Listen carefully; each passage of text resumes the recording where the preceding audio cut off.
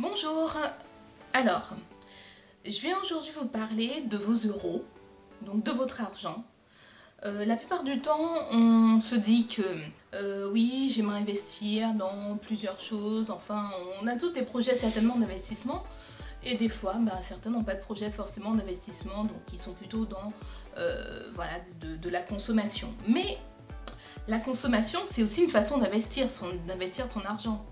Donc quand vous décidez, donc ça c'est pour ceux qui ne sont pas végétaliens ou végétariens, quoique végétarien, on investit quand même dans la production de produits animaux, mais tout simplement pour vous dire que c'est pas que je veux faire un jugement sur ceux qui mangent de la viande ou ceux qui consomment des produits animaux, juste pour vous faire remarquer que dans les grandes surfaces, on voit les produits poussent, ou je sais plus comment ça s'appelle, des Ecoplus par exemple.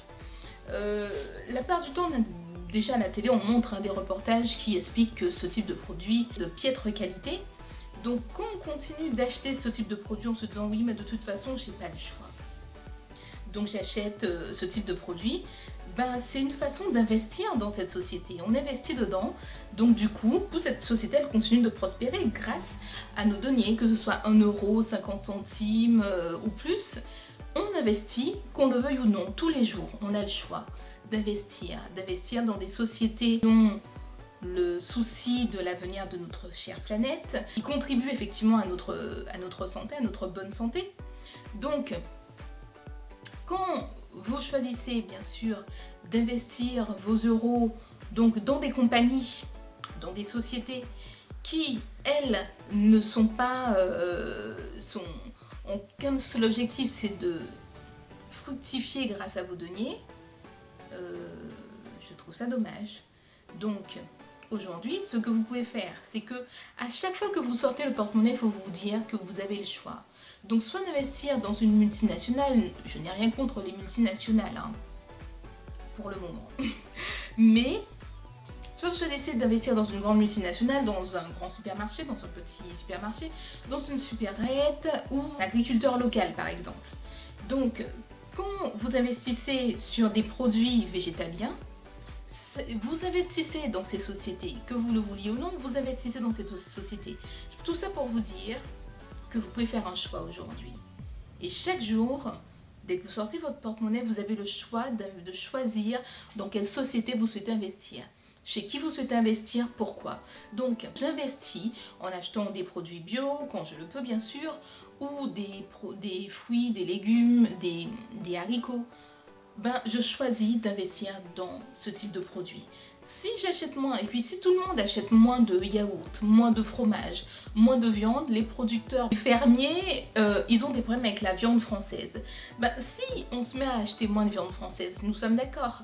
Certaines personnes vont prendre leur emploi, mais ça sera l'opportunité de se réinvestir dans quelque chose de plus viable. Donc s'ils remarquent que les fruits et légumes, ça augmente, que les gens achètent plus de fruits et de légumes que de viande, forcément il y aura d'autres branches qui vont s'ouvrir, les gens iront travailler dans de l'agriculture pour la production de fruits et de légumes, donc ça va créer des emplois, donc l'un dans l'autre. Déjà les gens ils seront en meilleure santé, mais en plus c'est pas comme s'ils perdaient leur emploi, parce que les gens me disent oui mais bon si je travaille pas à l'abattoir ou si je travaille pas dans le reconditionnement de la viande, je fais quoi comme boulot? Dans ce cas tu peux faire maraîcher par exemple, pourquoi pas, tu peux te reconvertir dans ce genre de choses.